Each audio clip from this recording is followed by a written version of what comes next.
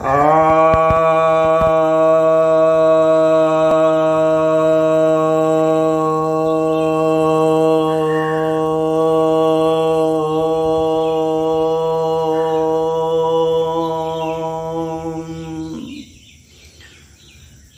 भक्तजनों को सप्रेम नमन। भक्तों, आज मैं आपको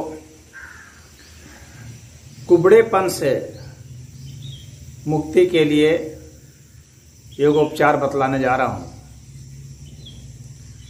कुबड़ापन, जिसे काइफोसिस भी कहते हैं, हंच बैक जो होता है, बीच में कुबड़ जैसा हो जाता है, इसको स्कोलियोसिस भी बोलते हैं मेडिकल टर्मिनोलॉजी में। यह कई कारणों से होता है। पहला तो यह है कि कुछ लोगों को यह आनुवंशिक ही होता है, तो वैसे लोगों को तो काफ़ी दिक्कत होती है। फिर कुछ लोग जो ज़्यादा झुक करके काम करते हैं, कंप्यूटर वगैरह में इसमें झुक के काम करते हैं, उसके कारण भी हो जाता है। लगातार आगे की ओर झुक करके टेबल वर्क करते हैं, उनको हो जाता है हंच में। अब कुछ लोग ऐसे हैं जो कि गलत तरीके से सोते हैं या गलत तरीके से जो है खड़े होते हैं, बैठते हैं, उसके कारण भी होता है। कुछ लोगों की आदत होती है ऐसे बैठने की, तो ऐसे बैठते बैठते आदत हो जाती है।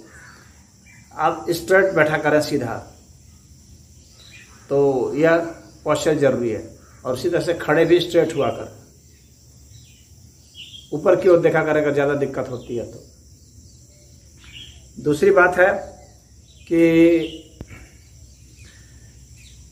जो गद्दे आजकल आ रहे हैं, बहुत मुलायम गद्दे, वो हमारे पोस्चर को भी बिगाड़ते हैं। तो वहाँ पर जहाँ पर आपका वजन पड़ता है वहाँ धंस जाते हैं। इसके कारण रीढ़ की जो हड्डी है वो टेढ़ी मेढ़ी हो जाती है, तो स्पाइनल कॉर्ड इसमें बिगड़ जाता है। तो गद्दे थोड़े सख्त होने चाहिए, ये ध्यान रखने की बात है। तो जो आनुवंशिक होता है उसमें तो करीब 10 से 15 वर्ष के बीच में ही ये ज़्यादा उभर जाता है। लेकिन ऐसा नहीं है कि उसको भी कुछ ठीक किया जा सकता है कुछ हद तक। और जब यह बढ़ जाता है तो धीरे धीरे ये कुबड़पन जो है, इसका एंगल बदलता जाता है। और ऐसे सब डॉक्टरों का कहना है कि हर वर्ष जो है 2-3 डिग्री तो अंतर आ ही जाता है। तो इस तरीके से आप 10 वर्ष में पूरा कुबड़ हो जाएंगे। अब उनके अगर उपचार की बात करें, या पहले थोड़ी हानि की बात कर लूं, इससे क्या होगा। एक तो आपका पोस्चर खराब होगा, लंबाई छोटी हो जाएगी और टेढ़े से खड़े होंगे।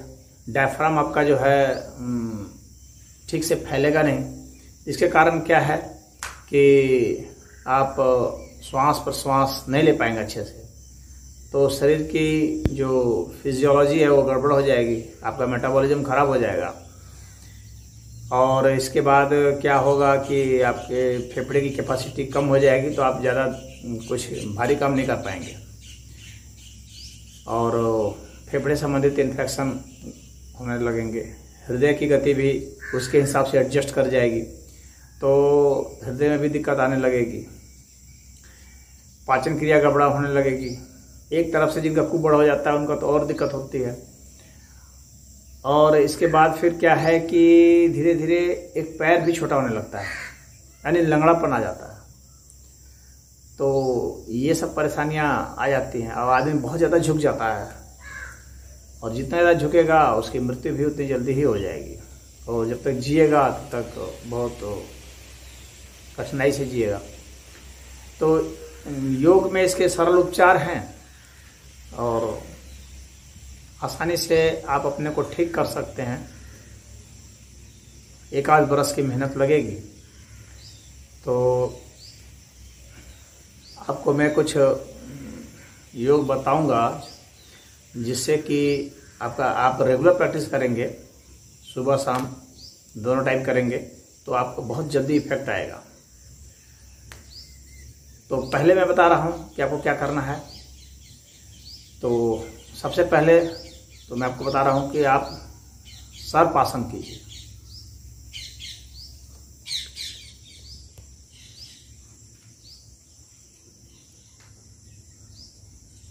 एक हाथ के ऊपर एक हाथ रख लेंगे, कमर को नीचे दबाएंगे, जितना दबता है दोनों पैरों को मिला लेंगे, ऊपर की ओर देखेंगे।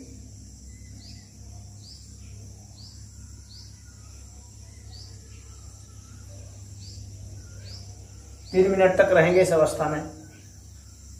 इसके बाद उष्ट्रासन करेंगे।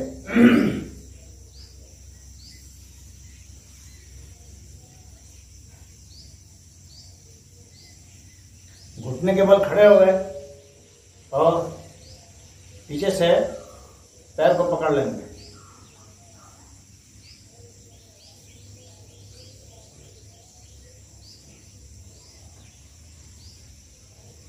इसको दो स्टेज में करते हैं। पहले तो ऐसे करते हैं, पंजे के बल पर रखेंगे,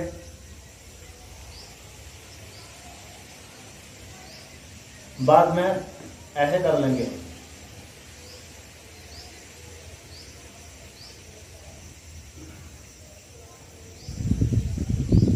तीन मिनट तक रहने की स्थिति आपके पास होनी चाहिए। इसके बाद चक्रासन करेंगे। थोड़ा कठिन अवश्य है, लेकिन आप इसे जितना अभ्यास कर सकते हैं करेंगे। दोनों पैरों को मोड़ लेंगे,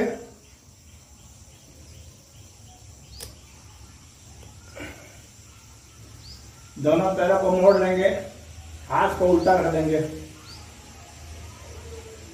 और सर के बल पर शरीर को उठा लेंगे ऐसे। फिर हाथ से उठा लेंगे शरीर को।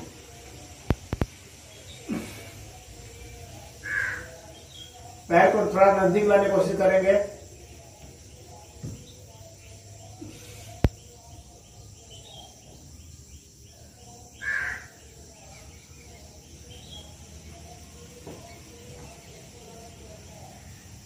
तीन मिनट तक रहेंगे। अब इसके बाद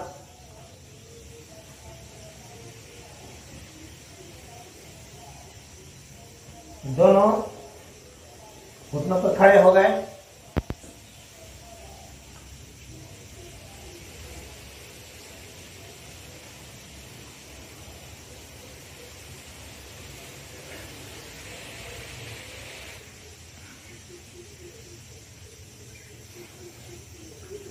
दोनों घुटनों के बल पर खड़े हो जाएंगे ऐसे। दोनों हाथों को जोड़ लेंगे और हाथ को पीछे ले जाएंगे, जितना पीछे ले जा सकते हैं।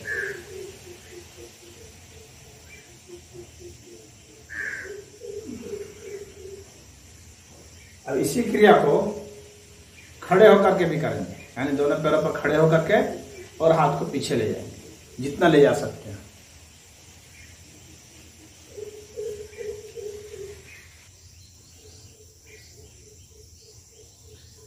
दोनों पैरों पर खड़े होकर के हाथ को जोड़ लेंगे और पीछे ले जाएंगे, जितना पीछे ले जा सकते हैं।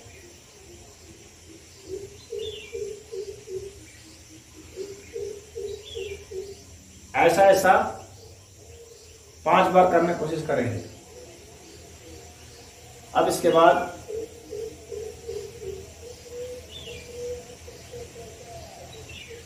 जो कोना है, किसी कोने में चले जाएंगे जहां 2 दीवारें मिलती हैं और वहां पर दोनों हाथों से पकड़ करके उसे दबाएंगे।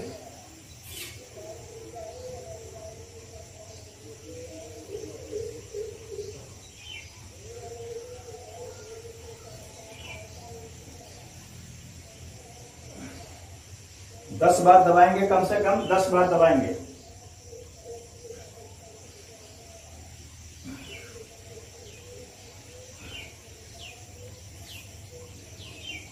इस तरीके से उसको करेंगे।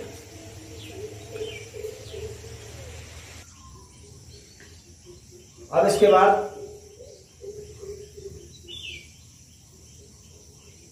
इस तरह से घुटने पर हो जाएंगे, इसे श्रृंगार आसन कहते हैं।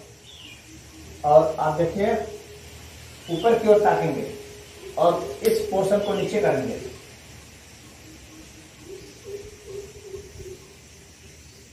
फिर ऐसे हो जाएंगे, फिर ऐसे करेंगे,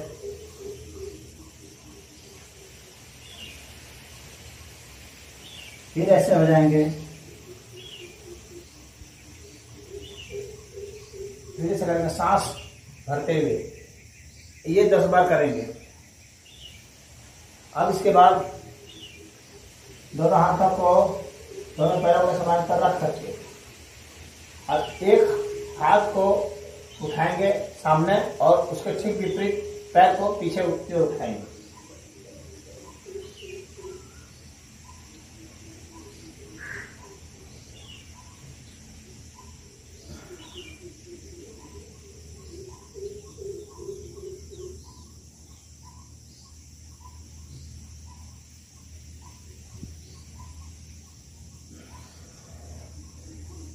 ऐसा ऐसा 5 बार करेंगे।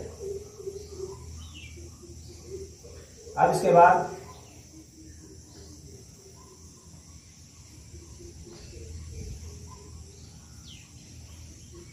दोनों पैरों को चढ़ा लेंगे इस तरीके से और इसके बाद लेट जाएंगे। तो पद्म मकरासन करते हैं। ऐसे लेट जाएंगे,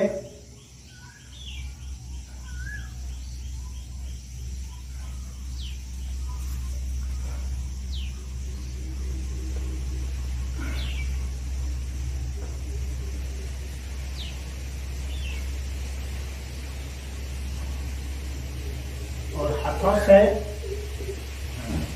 दोनों केवनी को मिला देंगे और गर्दन को यहाँ दबाएंगे, गर्दन को पीछे दबाएंगे।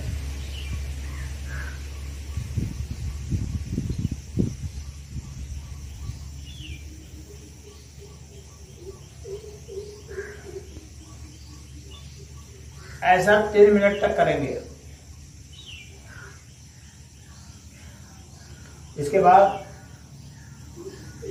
दोनों इस तरह से खड़े हो गए और अंगूठा को ऐसे पकड़ लेंगे। इस तरह से अंगूठा खड़ा रहेगा और अंगूठा को ऊपर ले जाएंगे।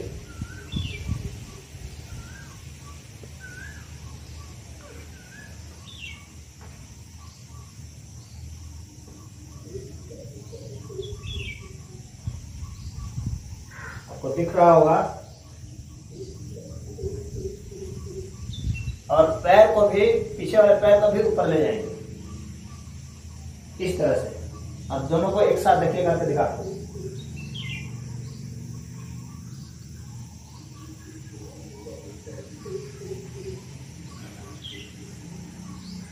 अब इसी क्रिया को इस हाथ से करेंगे।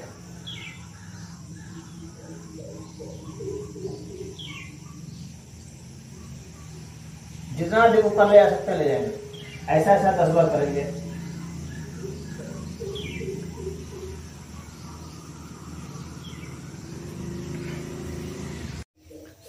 अब आपको दोनों पैरों को फैला लेना है।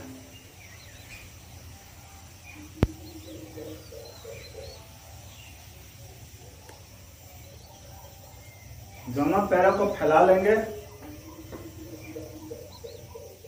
हाथ को सीधा रखेंगे, फिर ऊपर ले जाएंगे, कान से सटा लेंगे, फिर दोनों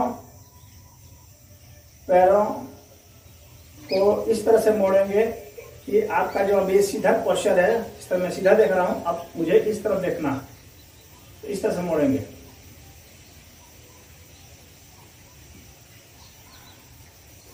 फिर विपरीत दिशा में,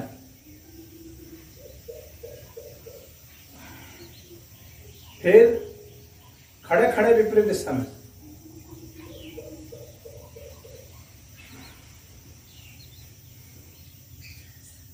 अब आपको दोनों हाथों को पीठ के पीछे से बांध लेना है इस तरीके से।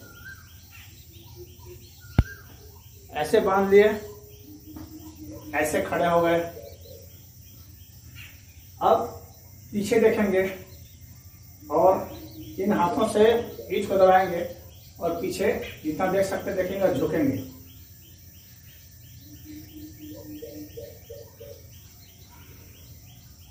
ऐसा ऐसा 10 बार करेंगे। अब इसके बाद हाथ को फैला लेंगे और पीछे घूमेंगे, फिर इधर से पीछे घूमेंगे।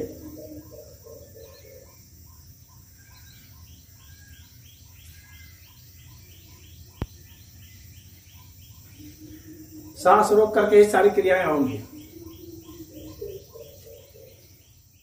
ये ध्यान रहे।